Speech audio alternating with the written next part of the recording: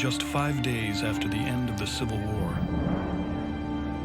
President Abraham Lincoln is the final of the 600,000 deaths in America's bloodiest conflict.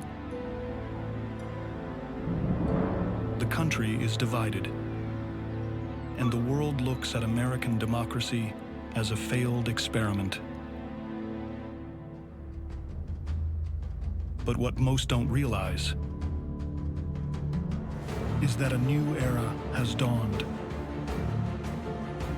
The nation is entering an age of advancement. And from the void left by the death of perhaps the greatest statesman we will ever know, a new breed of leader will emerge. The Rockefellers, the Fords, the Carnegies were the first generation of what we know is now the entrepreneurial rock stars, or what are today are the Buffetts and the Jobs and the Gates. They were the ones that set the standard for the American dream. They owned a new frontier, literally and figuratively, of who we are as a culture.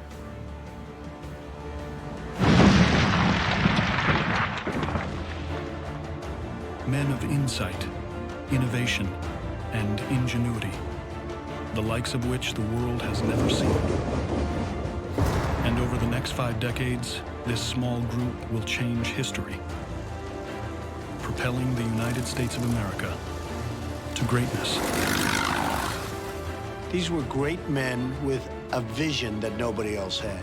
And that's why in the last century, that 50-year period, we built the world.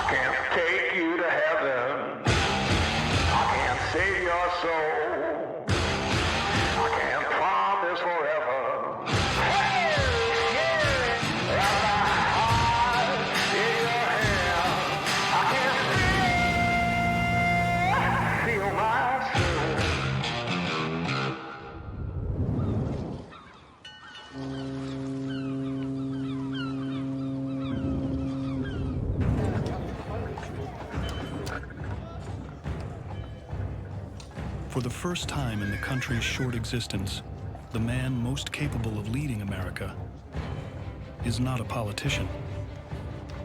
He's a self-made man who, through sheer force of will, turned a poor upbringing on the docks of New York Harbor into an empire.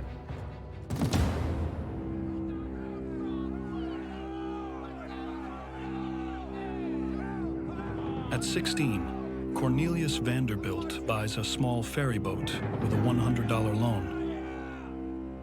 He quickly earns a reputation as a cutthroat businessman, willing to use any means necessary to get ahead.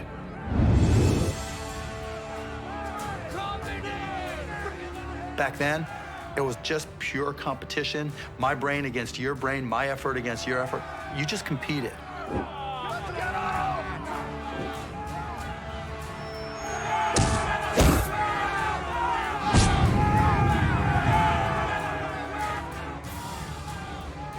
That's the way they looked at business. It was the wild, wild west, and by hook or crook, it was just win or lose, and the best win.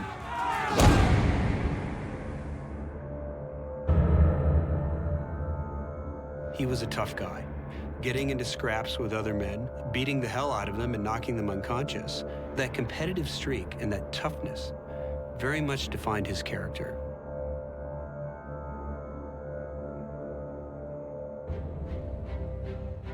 His single ferry soon becomes a fleet of ships, transporting goods and passengers to every corner of the growing country. Vanderbilt will become so synonymous with shipping that his nickname becomes the Commodore. I think Vanderbilt recognized that what was going to be important is transporting goods from one place to another. And he had this idea that required infrastructure, and not infrastructure that the government was going to provide, but that he was going to provide. Over the next 40 years, Vanderbilt builds the largest shipping empire in the world. Then, at the peak of his power, just before the Civil War, he does the unthinkable.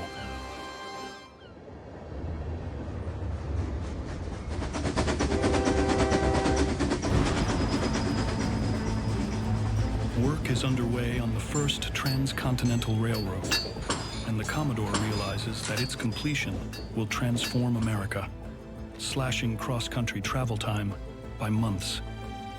Railroads were absolutely liberating because the railroads allowed cheap and efficient transportation from one corner of America to another. Vanderbilt sees his future. He sells all of his ships and invests everything he has in railroads. You talk about seeing around corners as an element of success. That's what differentiates the good leader. Not many people have it. Not many people can predict that corner. That is a characteristic of great leaders.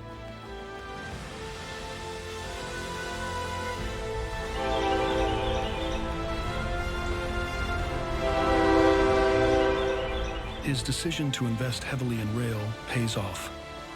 By the end of the war, Vanderbilt is the richest man in America, with a net worth of over $68 million, the equivalent of $75 billion today. But all that money can't buy his escape from the war's devastation.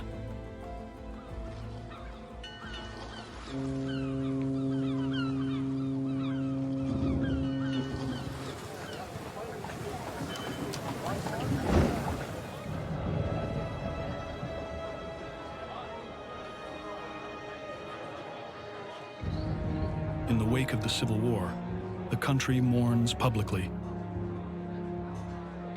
while Vanderbilt does so privately.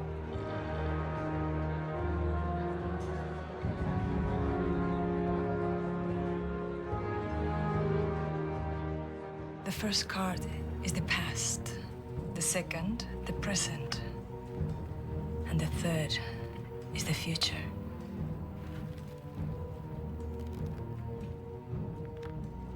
There has been an unexpected loss. Someone close to you. My son, George.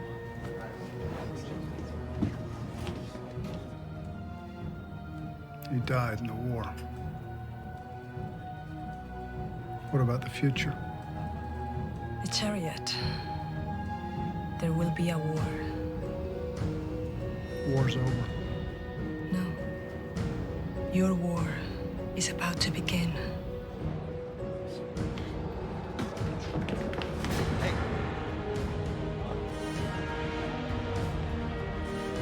Watch it, man.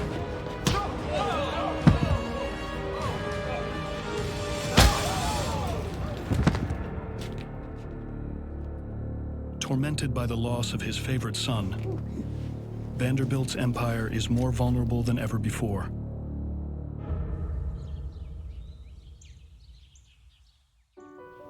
For Vanderbilt, this is a great tragedy. He had one son who had that same sense of physical strength and ability, and he had died when he was still quite young. It was deeply troubling for the Commodore. For years, Vanderbilt groomed George to take over the family business. Now, the Commodore is forced to rely on his less accomplished son, William.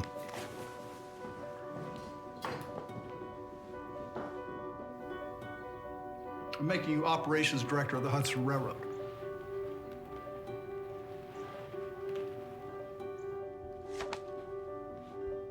Vanderbilt places William in the midst of negotiations with the owners of a rival railroad. So name your price. If you give us your freight year-round, we will give you the privilege of allowing your passengers access into Manhattan for $200,000. That privilege is not worth $200,000. Then let us settle on $100,000. I believe that to be a fair and generous offer. I'm not really interested in your generosity. I'm only interested in getting the best deal for my shareholders. And that does not include handing over $100,000 or even $1. My father wants only what he believes is right.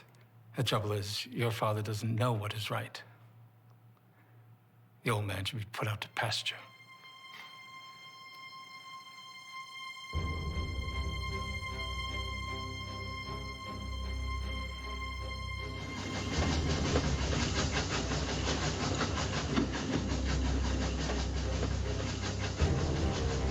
The message is clear. The competition no longer sees Vanderbilt as a man to fear. People are always rooting for very successful people to fail.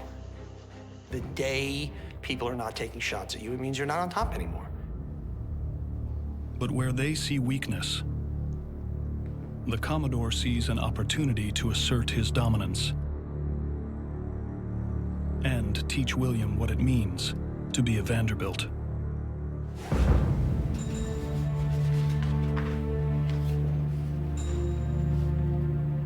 If they want a war, I'll give them a war.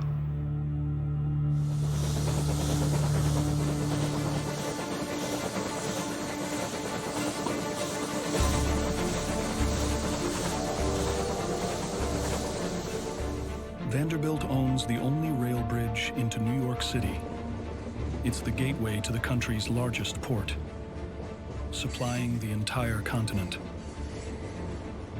Vanderbilt knows this is the hammer he needs to beat his rivals into submission. Sit down.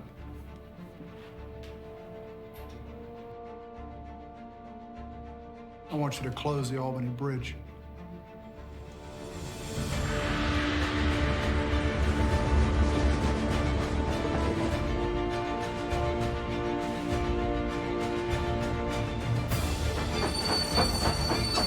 Without the bridge, every other railroad is shut out of New York City. Vanderbilt, in essence, single-handedly erected a blockade around the nation's largest city, cutting it off from contact with the rest of the country. He was now asserting his dominance.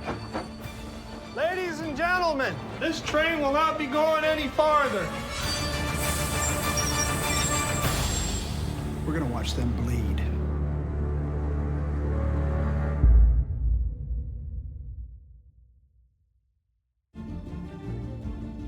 The Civil War has left America in ruins. For the first time in its history, the nation must rebuild. Over 50,000 miles of railroad track have transformed the country. Commodore Cornelius Vanderbilt grew up poor, but has created a railroad empire, making him the richest man in the country. At 72, he's 30 years past the average life expectancy, and his competitors see him as weak. It's a mistake they'll come to regret. Locked in a battle for control of the rail lines east of the Mississippi, the Commodore is holding nothing back. I want you to close the Albany Bridge. We're gonna watch them bleed.